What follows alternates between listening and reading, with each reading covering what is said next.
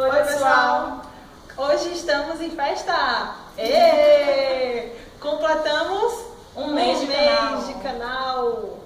Para quem está começando a acompanhar a gente agora, sejam bem-vindos ao nosso canal Pilates em Foco. Hoje vamos falar como organizamos as nossas aulas de Pilates.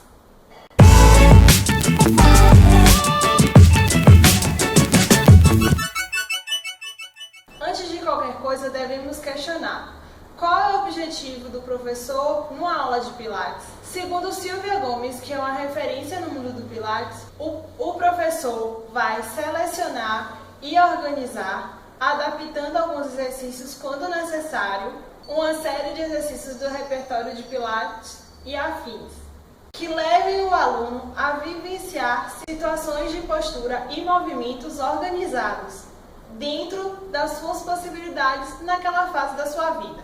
E que essas situações respondam às suas necessidades e objetivos. Obrigada, voz. Extrapolando o ambiente de aula. O elemento para a construção de uma aula é conhecer o aluno. Então, faz-se necessário realizar uma avaliação para a gente poder conhecer os potenciais desse aluno e os déficits, como nós começamos lá no nosso vídeo de avaliação. Já o segundo elemento para a construção da aula é a escolha dos tópicos que vão ser trabalhados. No aluno novo, por exemplo, nós temos que escolher exercícios que facilitem a compreensão dos princípios. Assim, nós preparamos o corpo do aluno e auxiliamos no processo de tomada de consciência corporal, auxílio da respiração e do autoconhecimento. Já no aluno avançado, os princípios como respiração, concentração, centralização e alinhamento, eles já estão bastante integrados. Assim, nós podemos escolher exercícios mais desafiadores, trabalhar com bases instáveis, diminuir base de suporte e escolher também exercícios que levem em conta grupos musculares maiores e outras articulações. O desafio, nesse caso, vai ser a fluidez nos exercícios executados. Bom, e como eu monto as aulas, dos meus alunos? Eu penso sempre em trabalhar 5 aspectos: a mobilidade da coluna, o fortalecimento do powerhouse, o fortalecimento dos membros superiores, membros inferiores e exercícios mais globais. Todas as aulas, os meus alunos vão passar por esses 5 momentos.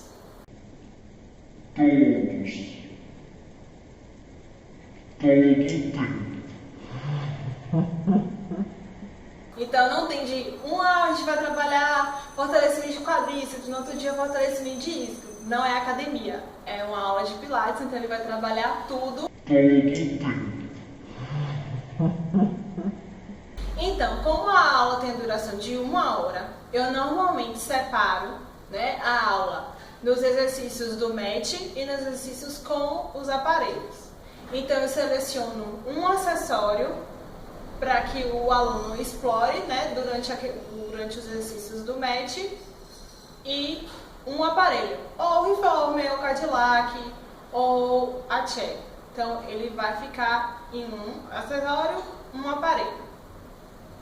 E a cada 15 dias ou uma vez por mês eu tento fazer com que ele faça exercícios sem os acessórios, explorando o repertório original do método, e aulas que eu chamo de circuito, que ele vai passar por mais acessórios e por todos os aparelhos para que ele vivencie todos, uma maior gama de exercícios e situações diferentes. Em relação ao número de repetições em séries, normalmente os exercícios de mobilidade da coluna, mobilidade articular, eu peço para que o aluno realize de 10 a 12 repetições, sendo só uma série.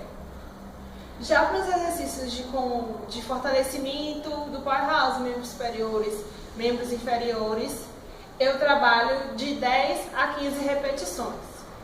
E como a grande parte dos exercícios do método são multisséries, ele só faz um de cada tipo. Se o exercício que eu peço para que o aluno realize, ele não tem essa gama de variações, diminuo o número de repetições e peço para que ele realize, em vez de 2 séries.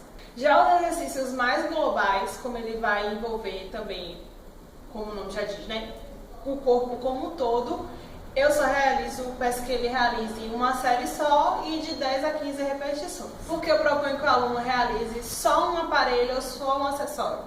Porque eu quero que o aluno explore ao máximo aquele aparelho ou aquele acessório durante a aula. Eu prefiro assim do que ficar constantemente pedindo para que o aluno vá para um outro aparelho, mude um acessório. Eu acho que assim ele consegue explorar mais aquela ferramenta que ele está usando naquele dia. E como eu monto a minha aula de Pilates? Bom, normalmente eu inicio com os alongamentos e a parte de pré-Pilates, que são exercícios mais básicos, exercícios que trabalham a mobilização articular, não só dos membros, mas da coluna também, e exercícios que ajudam na ativação do powerhouse. Desse modo, nós conseguimos recrutar maiores grupos musculares, fazer, como a gente costuma chamar de acordar o corpo, para mostrar que vai iniciar um período de exercício. Essa parte de pré-pilates, normalmente eu inicio no solo. A depender do aluno ou da turma, às vezes eu até inicio no aparelho, mas normalmente no solo. Passada essa fase, passo por exercícios um pouco mais desafiadores. Não só trabalhando o fortalecimento de membros superiores, inferiores e coluna como um todo, né, abdominais, paravertebrais, mas para exercícios mais globais também, que envolvam uma integração de movimento e posturas talvez um pouco mais desafiadoras, tudo a depender do aluno. Já nos minutos finais da aula, eu reservo para exercícios um pouco mais leves, mais calmos, que promovam mais o relaxamento e alongamento dos alunos. É o que nós chamamos de retorno à calma. Assim como a Lud falou, eu também não costumo fazer rodízio de aparelhos. Então, em cada aula, o aluno ele vai ficar em um aparelho, seja na chair, na Cadillac, no reformer, na prancha de molas, pois assim eu acredito que o aluno ele consegue se concentrar melhor, sabendo que sua aula vai ser sempre naquele aparelho, e consegue ter uma melhor consciência, consegue integrar melhor os movimentos, e assim percebe até a sua evolução. Muitas vezes as primeiras repetições não são tão boas, mas no final ele já consegue perceber uma melhora. E fora que, quando nós damos aulas para 3, 4 alunos de vez, ficar fazendo rodízio eu acho muito complicado, a aula pode ficar muito confusa. Então, se o aluno hoje faz a aula no Cadillac, eu vou fazer, na próxima aula ele já vai para outro aparelho, então aquela aula do Cadillac ele vai repetir daqui a algumas 2 semanas, por exemplo. E é possível também, de lá para cá, observar a sua evolução. Pensando desse jeito, a aula anterior nunca vai ser igual à próxima aula. Então é possível a gente explorar todas as possibilidades dentro do aparelho e isso vai trazer novas possibilidades ao aluno de poder explorar novos movimentos. Eu também não costumo trabalhar em séries, tipo 2 vezes de 10, 3 séries de 15, eu realmente não acho legal.